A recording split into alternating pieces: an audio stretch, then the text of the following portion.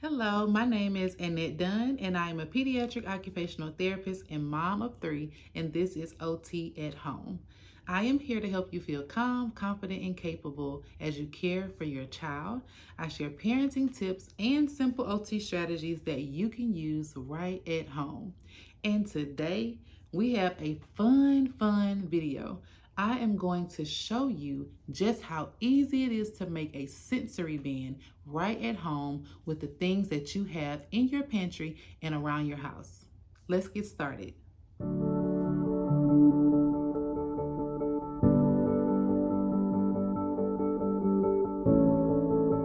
Sensory bands are so fun and they are one of my go-to activities that I use at work and at home. I love sensory bands and my kids do too. I love them because they work on a variety of skills, especially depending on what you put inside of your sensory band. But some of the common things that sensory bands can work on are introducing your child to a variety of textures, fine motor skills, and regulation. So I'm going to show you how easy it is to make your very own sensory band with the things that you have at home. So let's get started with showing you what we have today to build our sensory band together. So we have a clear Tupperware here that we're going to put all of our things in. So the first thing that you need to get is a container, preferably with a lid so that it won't spill. I also have the base of our sensory band, which today is going to be white rice. And I have some pinto beans that have been in the back of my pantry, y'all, for God knows how long. They're crushed and everything. So these are very old pinto beans, but we're going to use them today. I found a plastic spoon and a kitchen spoon. I don't know if y'all's kids are like mine, but they love my kitchen utensils. They're in my pots, they're in my pans, they're in my spoons, they're in my measuring cups. I couldn't even find the plastic measuring cups that I let them play with because at this point they have been totally designated to them. I don't even cook with them anymore. But I couldn't even find them, probably because they're somewhere in one of these toy bins. So kitchen utensils, my kids love them. I found a random container. And then this little bin right here is my little cleaning helper. I say that because I use this bin to throw random things in if I don't feel like finding where it goes or to keep myself from throwing things away. I just have a little bin, a throw-out bin that I just throw things in as I find them around the house. And then when I have time, I go through it and I put things where they belong. So let's see what we have in here that we can use for our sensory bin. We have a puzzle. You could use that. You could use puzzle pieces and place them around in your sensory bin and get your child to find all of the puzzle pieces and then put the puzzle together. That's a nice activity that you can do in your sensory bin, but I'm not going to do that one today. We have some cards. We have some sorting dinosaurs that come in all different colors along with not all of them, but some of the corresponding matching cups. We have some tweezers in here. We have a little hippo. And we have some random magnetiles. This will also be something unique that you can put in a sensory bin. And your child can find the magnetiles and build something. And we also have a little police car. So let's see how our sensory bin comes out with all of these different components. So as I stated before, today for our base, I have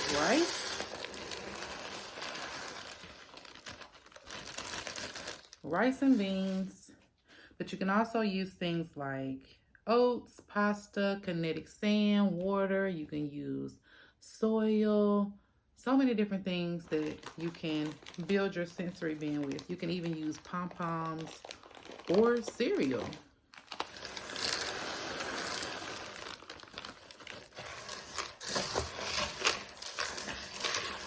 I just wanted to get that nice and well incorporated. So now our scooping materials or our scooping tools, because sensory bins are a great activity for scooping. We are going to use our plastic spoon. They can scoop and put it in the open container. Pour it out. They can scoop and pour it out. They can even use a bigger spoon. if they need to work on grasping, or if they're a little bit smaller and their fine motor skills aren't the best. Sometimes having a bigger spoon helps with that. So let's add in our small objects and toys. So we are going to do some dinos in here. You can match the color of the cups if you just would like to do 2 cups. And then we could just put blue and red in here. And tweezers. You can hide the dinos and have them find them. And then use the tweezers to pick up the dinos and put them in their corresponding matching cup. I also have a little toy I can put in here that they could play with. And I might put in our little hippo, mainly because my youngest son loves animals. He loves all kinds of animals. Now, it's important to know that you can make your sensory bin themed. Like if you wanted to do colors or the ocean, or if you wanted to do farm animals or construction, things like that, you can always theme your sensory bin, especially for holidays. It's so fun to do themed sensory bins for the holidays. But I'm just doing a random sensory bin today with things that I have in my home. So this is our sensory bin, and a little overview just so you can kind of see what I mean when I say you can work on so many different skills. They are working on scooping. To scoop, you need fine motor skills, so they're working on fine motor skills. We're also working on color recognition. We're working on red and blue. We're working on hand strength and fine motor skills with our tweezers. We're working on eye-hand coordination to place the beans and the rice inside of the container and not overshooting or undershooting. So we're working on eye-hand coordination. We're also working on imaginative play with our police car. And if they're playing with a peer, they're also working on peer play.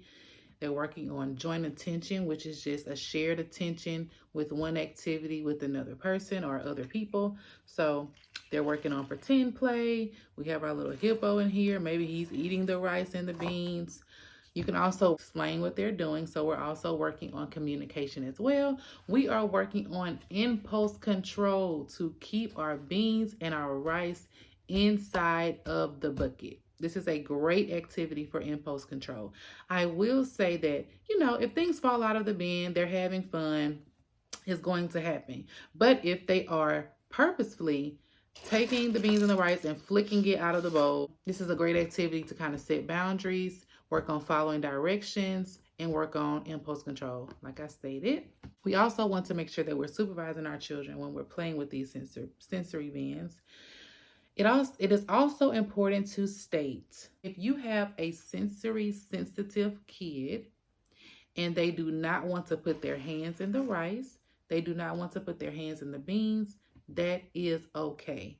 What we can do is completely eliminate the filling of the sensory bin, which is the rice and the beans, and you can simply just have some tools in here. You can use your spoons, you can have some different containers, and maybe you can just start with the dinosaurs inside, and then maybe the next time they play with it, you can put a little bit of rice at the bottom just to see if they'll touch it, and you can gradually build up their sensory bin until they feel comfortable and are regulated enough to touch and manipulate various textures.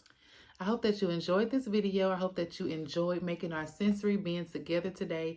I would love to hear your feedback in the comments if you make your own sensory bin at home after watching this video, or if you have made sensory bins in the past. I hope that you enjoyed this video. I hope that it was helpful. I hope that it was something different for you, gave you a different activity that you can do with your children that I hope that they absolutely love and that will help them to build their skills.